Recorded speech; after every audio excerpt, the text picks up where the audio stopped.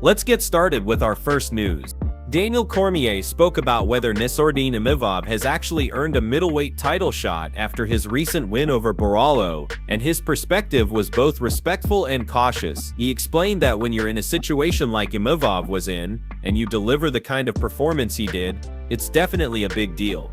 He walked away with a dominant decision victory.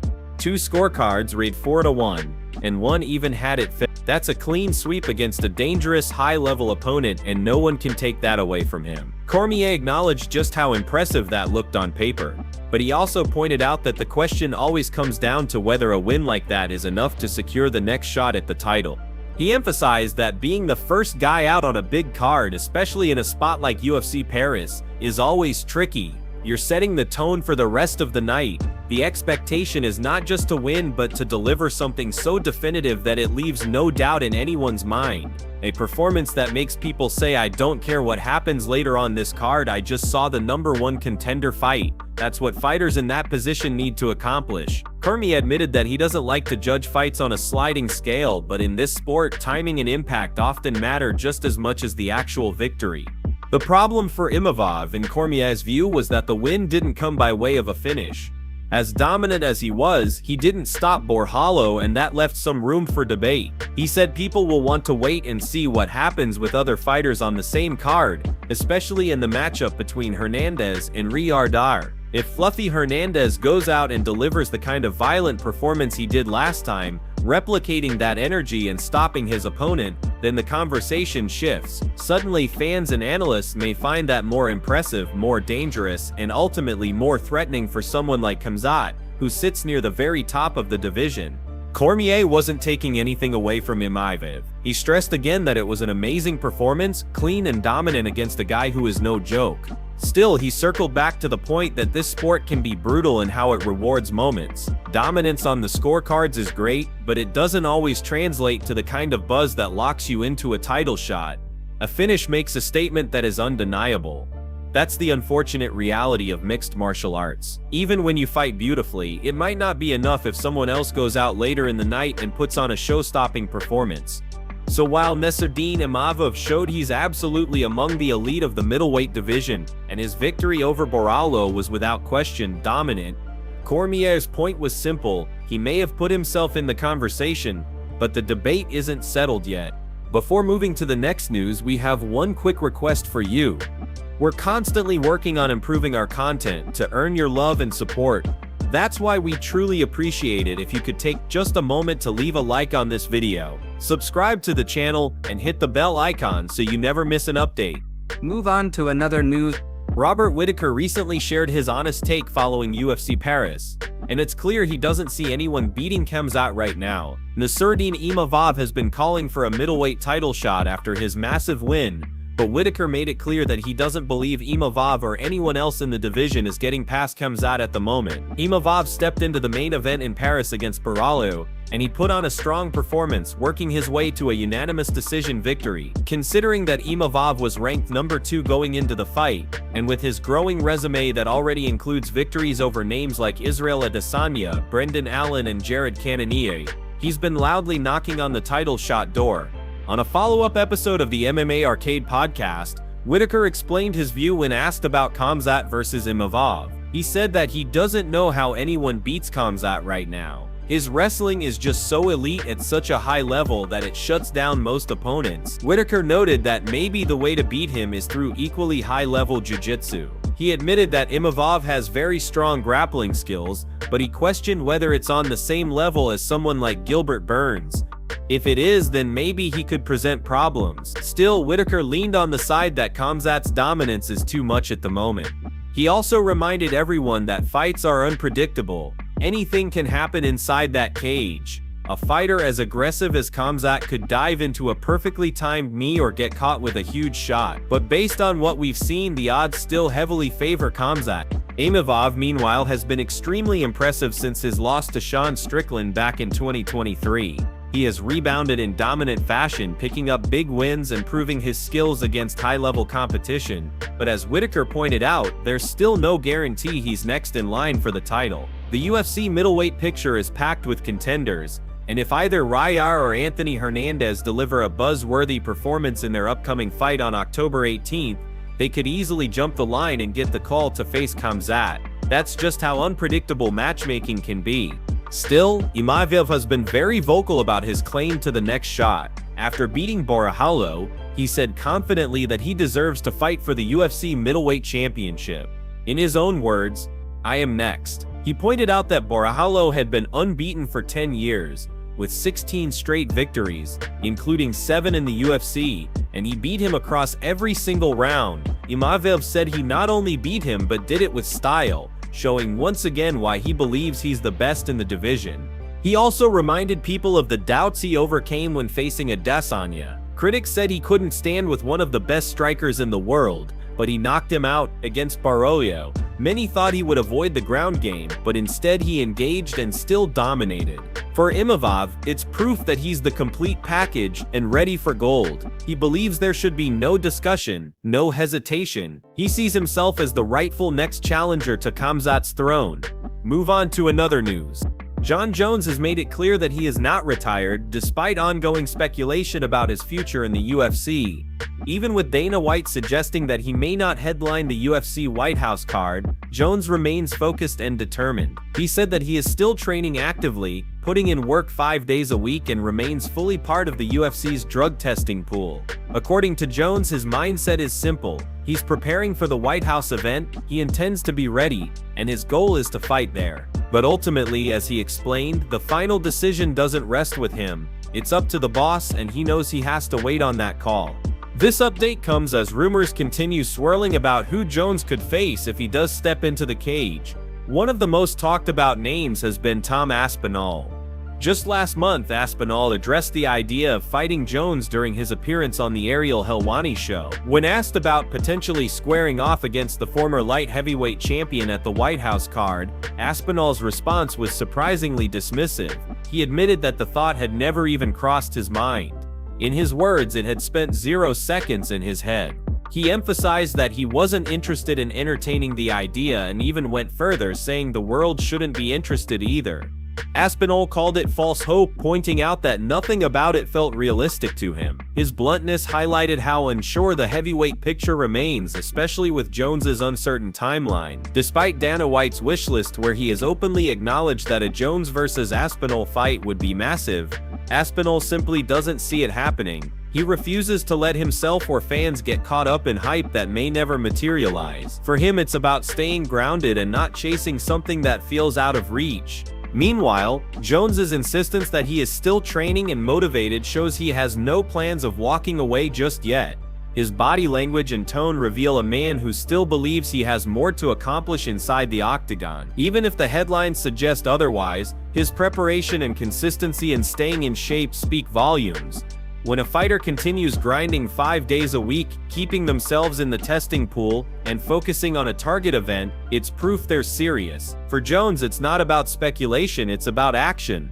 What complicates matters is how fast the UFC heavyweight division continues to evolve, with contenders like Aspinall making waves. The narrative around who deserves a shot at the biggest stage shifts constantly. Jones knows timing is everything, and if he doesn't return soon, the conversation may move past him. Still, hearing him reaffirm his commitment is a reminder of the kind of presence he brings to the sport. Fans know that when Jones steps into the cage, it always feels like a monumental moment. So while Aspinall may brush off the possibility and Dana may temper expectations, Jon Jones is standing firm. He says he is not retired, he is putting in the work, and he's ready for the call. In his mind, the White House event is the goal, and until told otherwise, that's exactly what he's training for. Move on to another news. Borralho has spoken out following his loss to Nassourdine Imavov over the weekend, and his message was filled with humility, honesty, and determination. He began by saying he had promised to speak in English after the fight, and although it took him a little longer to gather his thoughts, he wanted to share his feelings with his fans. He admitted he came out of the fight with some scratches, but nothing too serious, and he immediately gave credit where it was due.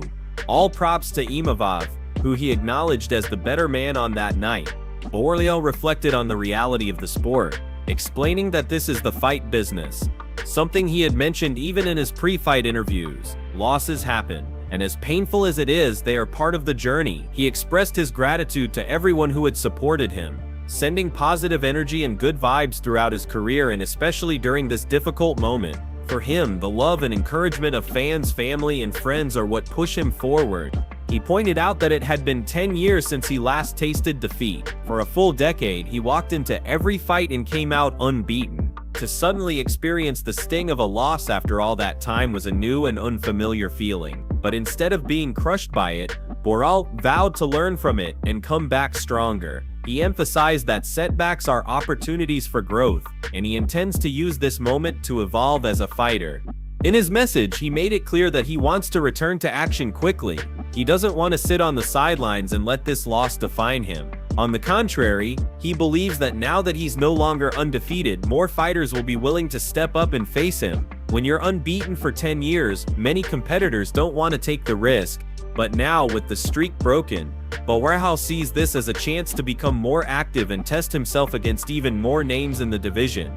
He shared that his goal is to be back in the octagon by the end of the year. Whether it's November or December, he's leaving that decision up to the UFC, but his intention is clear. He wants to fight again soon, to prove to himself and to everyone watching that one loss does not define his career. He said goodbye to his fans with warmth, calling them friends, and promised that they will see him again soon. The way Borralho handled this defeat shows the mindset of a true warrior. 10 years undefeated is an incredible achievement in mixed martial arts, and to finally experience a loss after so long can break many fighters. But Borralho made it clear that he will not let this setback break him. Instead, he will rise from it, become even better, and remind everyone why he belongs among the elite. He signed off with gratitude, determination, and a promise to return stronger than ever. Move on to another news. Sahara Magomedov's coach has fired back at Paulo Costa following some recent tweets that stirred controversy in the MMA world. Costa, known for his trolling style online, made light of the fact that Magomedov is blind in one eye, and those comments didn't sit well with the Russian fighter's camp. To give context, Sahara Bullet has dealt with this condition for nearly a decade. Years ago, he underwent multiple surgeries in an attempt to repair the severe damage to his eye, but despite all those efforts, nothing worked. Still, what stands out is how Magomedov refused to let that setback define him. Against all odds, he carved out a reputation as one of the most dangerous strikers in the middleweight division. Recently, reports have surfaced that the UFC is planning a showdown between Costa and Magomedov for its November 22nd event in Qatar. That news immediately sparked hype, but it also led to Costa making a questionable remark about the matchup. In typical fashion, he tried to make a joke out of Magomedov's condition. On social media, he wrote that if they fought, one single good eye poke would be penalized with just 1 point deduction, but Sahara fights 100% blind. Deal. This comment, intended as humor, didn't sit well with Magomedov's team, and his coach Gor Azizian decided to respond directly. Azizian made it clear that the joke crossed the line. He reminded Costa that instead of focusing on poking Sahara in the eye, he should worry about not getting poked somewhere else. It was a sharp response that flipped the joke back on Costa, while also highlighting the seriousness of the disrespect. For Magomedov, this type of comment isn't new. He's dealt with doubters and critics for years, people who have pointed to his eye condition as a weakness, but time and again he's proven them wrong with his performances inside the octagon. His precision striking, creativity, and toughness have shown that he doesn't just belong in the UFC, he belongs among the elite. The upcoming fight, if finalized, is going to be a major test for both men. Costa brings size, power, and relentless forward pressure. He's known for his aggressive style and ability to make fights violent from the opening bell. But Magomedov is a sniper on the feet. His ability to time counters, manage distance, and create openings has already made him one of the most intriguing rising contenders in the division. The fact that he's achieved this despite the disadvantage of being blind in one eye only makes his story more inspiring.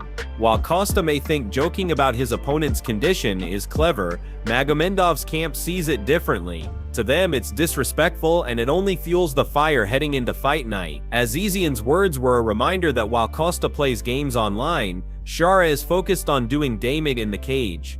This fight now carries more heat, not just because of the matchup itself, but because of the personal edge created by Costa's comments. For fans, November 22nd in Qatar is shaping up to be a night where words will no longer matter, and action will speak louder than anything else. Move on to another news. Israel Adesanya recently shared his thoughts on a potential showdown between Khamzat and Nassourdine Imavov. He explained that this is not a fight where you can simply count Imavov out. In his view, the real key to this matchup comes down to the wrestling exchanges. Adesanya pointed out that Khamzat's biggest weapon is his relentless wrestling. He doesn't just shoot for takedowns randomly, he commits fully, he gets his grip, he drags opponents to the canvas, and once he gets them down, he keeps them there. That's what makes him such a dangerous opponent for anyone standing across from him. But Adesanya also highlighted the fact that Imavov is no easy target. He said if Imavov can neutralize that wrestling, if he can stuff those takedowns and force Khamzat to stay standing, then things get interesting. In Adesanya's eyes, that's the path for Imavov to create real problems. He acknowledged that Khamzat can strike, but he stressed that striking isn't his primary weapon. It's the wrestling that sets up everything else. If Imavov can take that away, it changes the whole dynamic of the fight. Adesanya spoke about momentum as well. He made it clear that both fighters are coming into this with strong momentum behind them. Khamzat is riding a wave of dominance, with fans and analysts constantly talking about his ability to overwhelm opponents. Imavov, meanwhile, is also building his own momentum, showing that he belongs among the elite of the division. That makes this potential clash even more exciting, because you're not just looking at one guy coming in hot, but both fighters bringing real energy and belief with them. He emphasized that this isn't a situation where you can completely favor one side without acknowledging what the other brings to the table. Khamzat has proven over and over again that once he gets in close and latches onto you, it's nearly impossible to shake him off. His grip, his transitions, and his control on the ground are second to none. But Imavov has the kind of defensive awareness and striking arsenal that could shift the tide if he's able to keep the fight standing. He essentially laid out the formula. If Imavov can shut down the wrestling, he'll make it a fight that Khamzat may not be as comfortable in. The way Adesanya framed it, this fight is not about hype alone, it's about styles and execution. Khamzat's relentless pressure versus Imavov's ability to adapt and find openings. That's why Adesanya didn't lean fully toward one side. Instead, he gave respect to both men, noting that Khamzat's strengths are obvious and dangerous, but Imavov's potential solutions are just as real. For Adesanya, the intrigue lies in whether Imavov can take away that one weapon that makes Khamzat so dominant. Until that question is answered inside the octagon, it remains one of the most compelling matchups in the division today.